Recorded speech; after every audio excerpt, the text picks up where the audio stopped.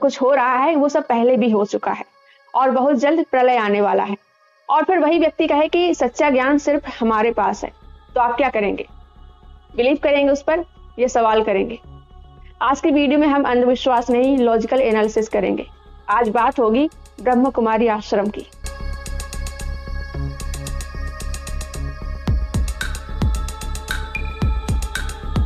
Brahma Kumari actually करती क्या है, आइए जानते हैं। इसे एक आध्यात्मिक संस्था के तौर पर जाना जाता है। हेडक्वार्टर है इसका Mount Abu. World wide centres हैं। ये सिखाते हैं Rajyoga, meditation, pure vegetarian life style, no alcohol, no smoking, no sexual relations.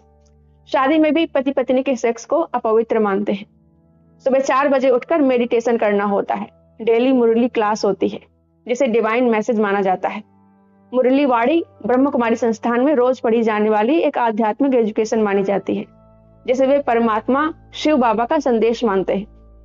संस्था के मुताबिक ये ज्ञान पहले उनके संस्थापक ब्रह्म बाबा, जो कि लेख राज कृपालनी है, उनके माध्यम से बोला गया और उसे लिखकर सुरक्षित किया गया। आज भी हर सुबह सेंटर्स पर मुरली क्लास में यही वाणी पढ़ी और समझाई जाती है।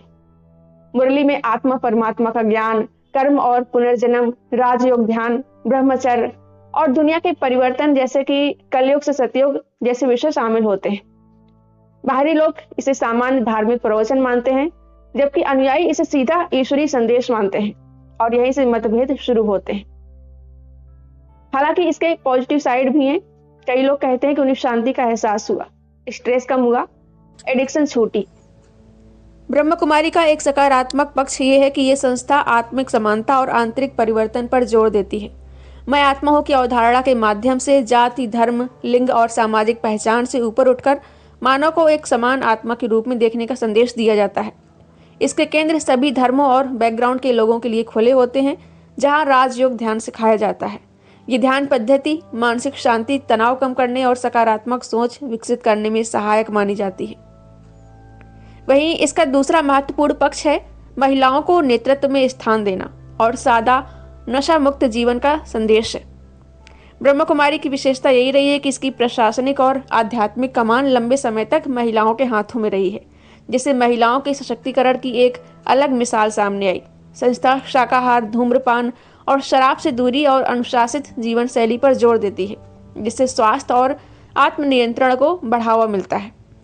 लेकिन प्रॉब्लम तब शुरू होती है जब मेडिटेशन के साथ एक्स्ट्रा ऑर्डिनरी क्लेम्स जुड़ जाते हैं, जैसे कि ये दावा करना कि ये ईश्वर का संदेश है, ईश्वरीय वाणी है।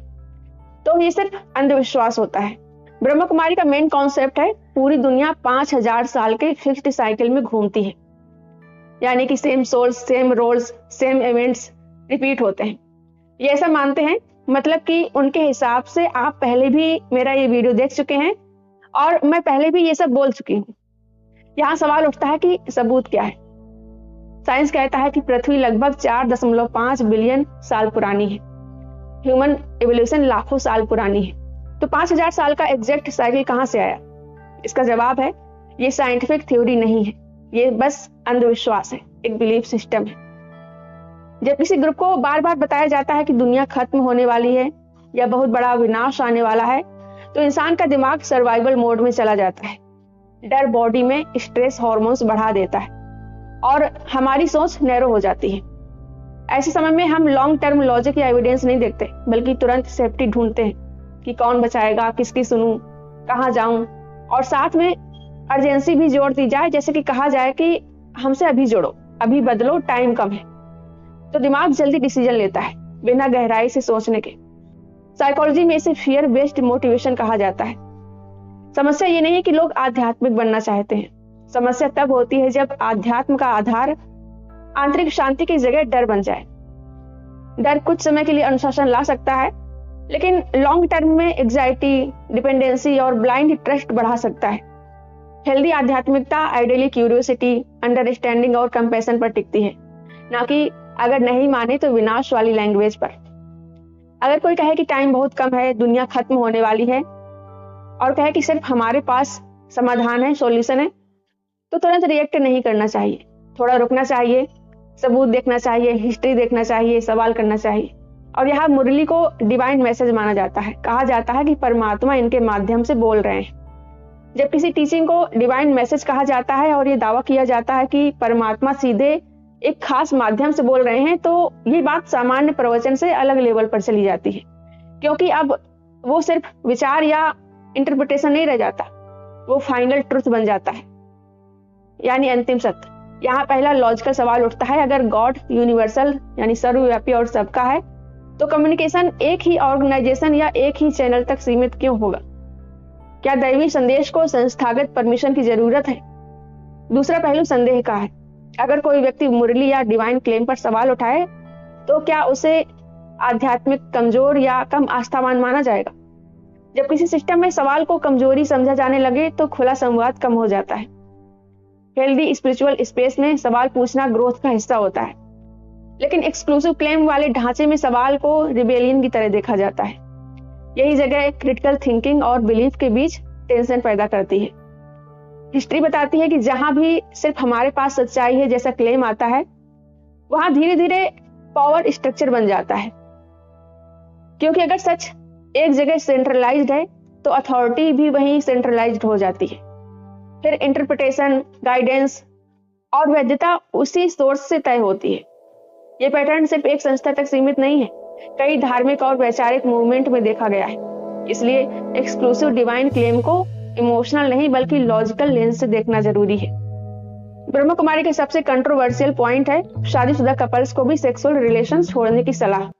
अब यहाँ क्लियर बात, अगर दो वयस्क कंसेंट से डिसाइड करें तो ये उनकी चॉइस है, लेकिन अगर उन्हें गिल्ट फील कराया जाए, अगर सो कॉल्ड पवित्रता को सर्वश्रेष्ठ बना दिया जाए, तो ये पर्सनल फ्रीडम का इशू बन जाता है। ह्यूमन बायोलॉजी डिजायर को नेचुरल मानती है, साइकोलॉजी सप्रेशन को रिस्की मानती है। तो सवाल है, स्पिरिचुअल ग्रोथ प्राकृतिक प्रवृत्तियों को समझकर होगी या दबाकर? सवाल ये नहीं है कि सेक्स सही है या गलत, सवाल ये है कि क्या हम अपनी नेचुरल फीलिंग्स को समझकर जिम्मेदारी से जी सकते हैं, या फिर डर और गिल्ट में दबाकर। सेक्स दो समझदार वयस्क के बीच एक पर्सनल मैटर है। इसमें किसी संस्था को फैसला नहीं करना चाहिए, लेकिन बच्चा पैदा करना लापरवाही वाला फैसला नहीं होना चाहिए, क्योंकि उससे पैसे की जिम्मेदारी आती है, एनवायरनमेंट पर असर पड़ता है और एक नई जिंदगी की पूरी जिम्मेदारी लेनी पड़ती है। आज के टाइम में रिस्पॉन्सिबल होना मतलब है कंसेंट से सोच समझ के और कॉन्ट्रासेप्शन का यूज हो। स्पिरिचुअल ग्रोथ का मतलब इच्छाओं को खत्म करना नहीं है, बल्कि उन्हें समझकर बैलेंस में जीना है। बिना शारीरिक संबंध के रहना जरूरी नहीं, समझदारी से लिया गया डिसीजन जरूरी है। शारीरिक संबंध भर बनाने से कोई अपवित्र नहीं हो जाता। वहीं ब्रह्म कुमारी में कहा जाता है कि जो हो रहा है वो पिछले जन्म के कर्मों का फल है। लेकिन सोचिए, अगर कोई बच्चा एक्सीडेंट में मर जाए, क्या वो उसका कर्म था? अगर कोई रेप सर्वाइवर हो, तो क्या वो भी उसके पिछले जन्म के कर्मों का फल है? कर्मों का फल वाली यही मान्यता विक्टिम ब्लेमिंग में बदल जाती है। मॉडर्न जस्टिस सिस्टम एविडेंस पर चलता है, पास्ट लाइफ पर नहीं। और जब किसी ग्रुप में एक जैसी सफेद ड्रेस हो, खास तरीके से ग्रीट किया जाए, अपनी अलग लैंग्वेज या शब्द हो और रोज एक फिक्स्ड रूटीन फॉलो किया जाए, तो धीरे धीरे एक स्ट्रॉन्ग ग्रुप आइडेंटिटी बनती है। व्यक्ति खुद को पहले इंडिविजुअल नहीं मानता, बल्कि ग्रुप का हिस्सा मानने लगता है।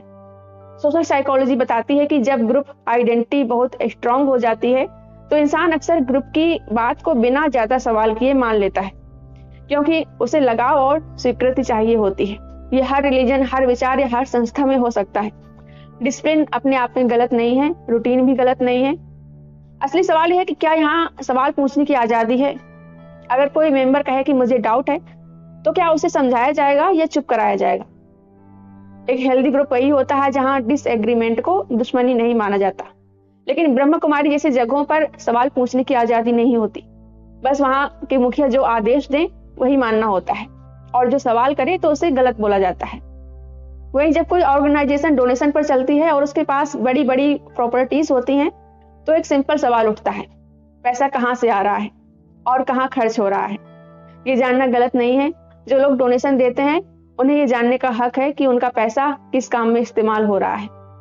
ट्रांसपेरेंसी यानी खुलापन ट्रस्ट बढ़ाता है।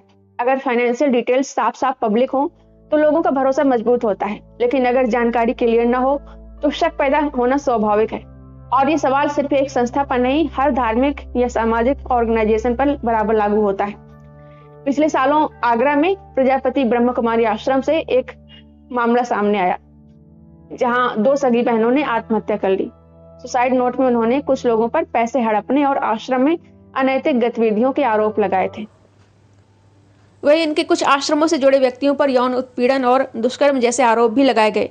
इन मामलों की खबरें मीडिया में आई और कुछ जगहों पर पुलिस जांच भी हुई। हालांकि ये आरोप पूरे संगठन पर नहीं बल्कि कथित रूप से कुछ व्यक्तियों पर लगे थे। पुलिस ने मामला दर्ज कर जांच की और कुछ लोगों की गिरफ्तारियां भी हुई थी। अब यहाँ सबसे बड़ा सवाल है कि अगर कोई आध्यात्मिक संस्था खुद को नैतिकता, पवित्रता और दिव्यता का प्रतीक बताती है, तो उसके नाम से जुड़ा ऐसा मामला सामने क्यों आता है? चाहे दोषी कोई भी हो, चाहे व्यक्ति विशेष हो, या संस्था से जुड़ा कोई सदस्य हो, पारदर्शिता और जवाबदेही की मांग तो बनती ही है। आध्यात्मिक संस्थाएं समाज में विश्वास से चलती हैं। लोग वहां मानसिक शांति, सुरक्षा और नैतिक मार्गदर्शन की उम्मीद लेकर आते हैं। अगर उसी माहौल में आर्थिक शोषण या अनैतिक आचरण के आरोप लगते हैं, तो ये सिर्फ एक आपराधिक मामला नहीं रह जाता, ये भरोसे पर चोट बन जाता है।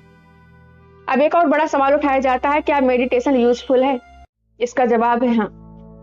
और क्या पीसफुल लाइफस्टाइल अच्छा है? इसका जवाब भी हाँ है। लेकिन क्या मेडिटेशन के लिए सुपरनेचुरल क्लेम्स जरूरी हैं?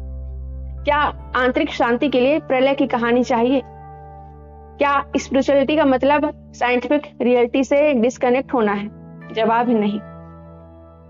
प्रॉब्लम मेडिटेशन में नहीं है, प्रॉब्लम बिलीफ को अनक्वेश्चनेबल बना देना है। जब कोई कहे कि बस मान लो, वहीं से डाउट शुरू होता है। बिलीफ जब एविडेंस से ऊपर बैठ जाए तो वो नॉलेज नहीं रहता, अंधविश्वास बन जाता है। मेडिटेशन करना चाहिए, हेल्दी लाइफस्टाइल अपनाना चाहिए, लेकिन अपना ब्रेन आउटसोर्स नहीं रखना चाहिए। शांति खोजना चाहिए, लेकिन उसे वेरीफाई करना चाहिए। और याद रखना चाहिए, स्पिरिचुअल मैच्योरिटी का पहला साइन ब्लाइंड बिलीफ नहीं, क्रिटिकल थिंकिंग है।